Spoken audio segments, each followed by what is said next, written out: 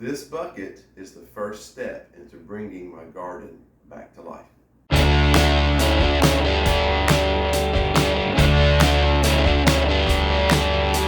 Okay, I guess we're rolling. Here's our plan for today. I want to get my garden going back again. It's been 6, maybe even 7 years since I've had my garden, and in that time it's grown up quite a bit. Let me show you. This patch right here used to be my garden. You can kind of see the faint outlines of what's about a 20 by 20 foot square. I've even still got the poles that I had my green beans trellised on, and there's a few stakes that were used to support some other things. But one summer I just kind of stopped for a variety of reasons, and this spring I want to start it back up again.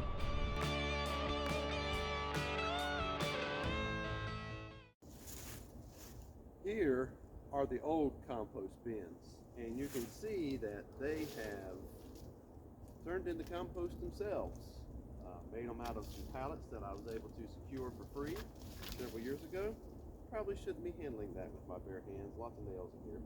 But this has got to go because the new compost bins are going to be here, and got to clean the whole area up. So that's step number one. Get this out of the way so we can put the new ones in place. Woo.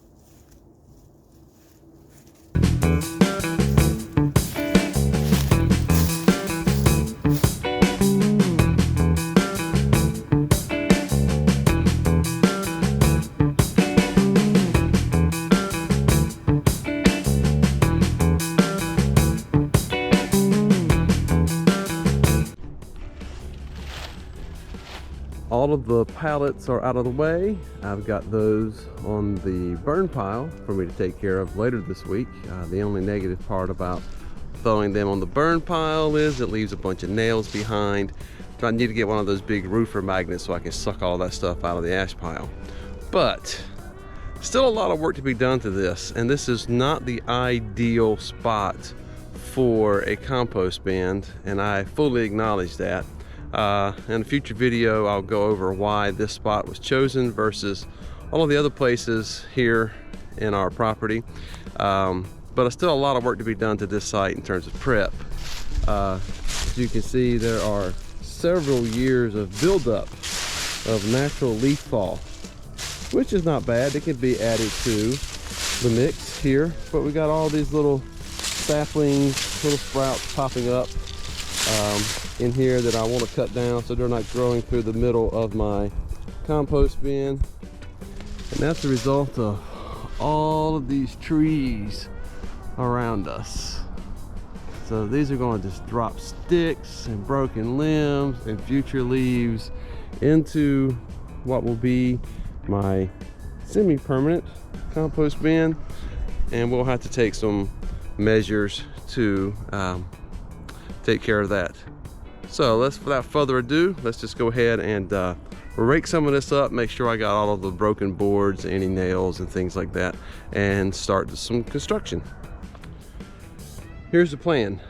I've got all the little twigs and whatnot cut up, and I know what you're thinking, Matt, aren't all those things just going to grow back up especially once you start getting some nice rich compost on top of it?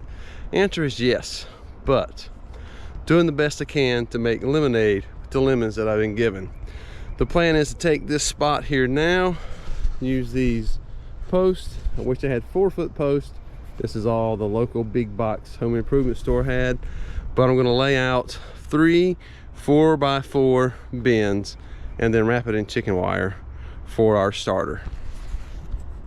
Okay, that took way longer than it should have, so there's going to be some useless time-lapse footage that I probably won't use, but I've got it wrapped around my outside edge now. I'm going to trim from each side and then put some dividing pieces up here in front, and we'll be done with it. And yes, I know that's 4-foot wire on a 3-foot post, but it is what it is. I wanted to make it 4 feet tall. Again, like I said earlier, did not have 4 feet post. but this is going to work. So let me get this panels cut, and then we'll move on to collecting some leaves. It's actually been 2 days since I finished this. As soon as I finished wrapping the wire around things and getting it the way that I wanted it to look, it started raining, and things were just too wet yesterday to do anything else.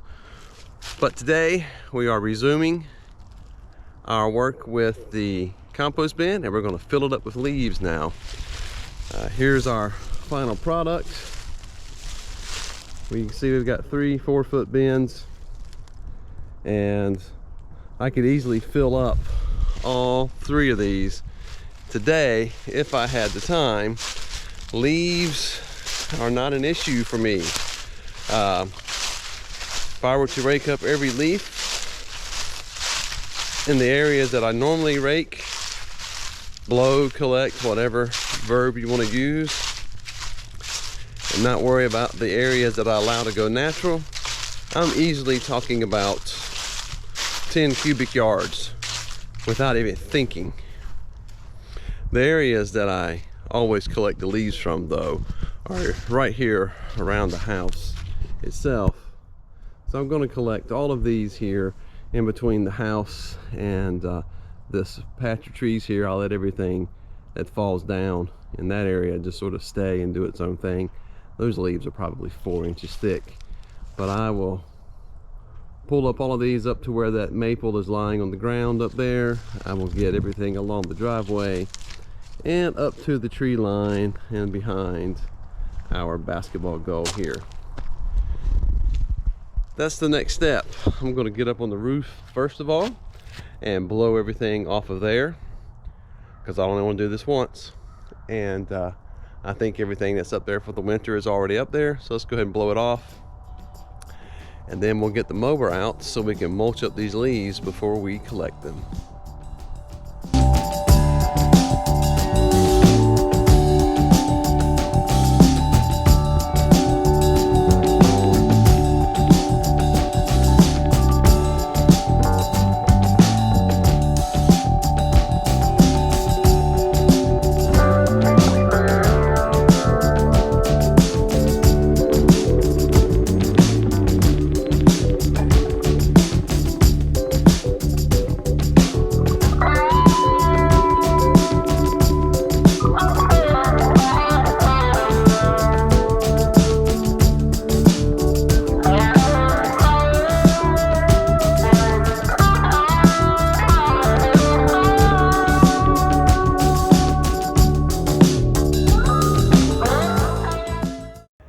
That took way longer than I anticipated, partially because everything was just so thick that it kept bogging down the blade as I was trying to chop up the leaves, and then one of those wheels that's got a hollow on the inside, so everything was building up in that hollow part of the wheel and it couldn't move. But anyhow, this first section is good and chopped up now, and going to blow it up into a nice big pile so I can get it into the compost bin easily. Just looking at this for a moment, if you look, it's, once you get that top layer of leaves chopped up, you can see there's a whole lot of pine straw underneath that, which is really odd because I've only got those 2 pines, that pine, and that pine that really affects this area. Oh, and there's one more over there. But boy, they sure drop a lot of pine straw. And but we're gonna throw it into the bin because it's there. I probably could have raked the leaves up and try to separate those as much as possible and then chop them up, but I'm going for the efficiency in getting them off the ground versus how pretty the pile is. The other aspect of this is most of these leaves are oak leaves, and they don't recommend you have a high concentration of oak leaves in your compost bin. They recommend you have things like hickory and poplar and some ash, and I've got a handful of poplar and hickory here as part of this, but most of it is oaks. But we're going to use what we've got, and we're just going to make that work. The task now is, let's see if we can get this all up into a small pile so I can get it transferred more quickly and easily to the compost bins.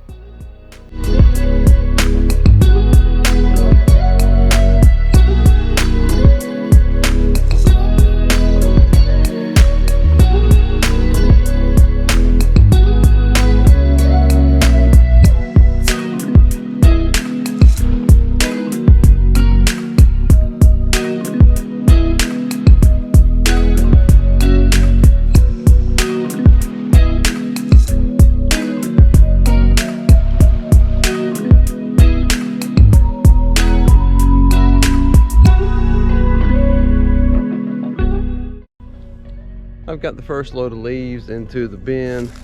You can see what we've got here. It's anywhere from 6 to 8 inches deep, and I'm going to be layering it. They say that your compost should be anywhere from 10 to 20% green material and the rest brown material. This is obviously brown material considering it's dead.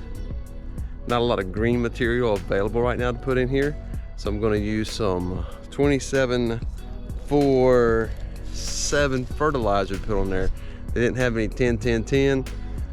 Plus I kind of wanted to speed this thing up, so I figured I'd add some little bit extra nitrogen in there by going with the 27. So I'm going to put about a cup of that across the top, a solo cup. I'll give it a good soaking, then I'll go and get another layer of leaves and just repeat till I've got everything up that I want to do. That's the plan. I'm just going to keep layering this and work for a little bit longer. The sun's getting pretty close to the horizon, so I don't have much daylight left. I want to get as much done as I possibly can, so that I'm not working so hard next week, my last week before having to return back to the grind. After all of that, what does that bucket have to do with renewing my garden? That bucket is going to be used for our household refuse that can now be thrown back into our new compost bin. So our eggshells, our vegetable peelings, cores, things of that sort. And already got a couple of eggshells in there from this morning's breakfast. And that's going to get thrown in with everything else mixed in. And next spring, we'll see how that all goes. That about wraps it up. If you enjoyed this, would you do me a favor? Could you please give it a thumbs up? Maybe even share it with somebody. Heck, if you enjoyed it enough to see what might happen next, go ahead and give it a subscribe. Until next time, just remember, the one who created you made you able to create also. So go out there and make it, grow it, and live it. See you next time.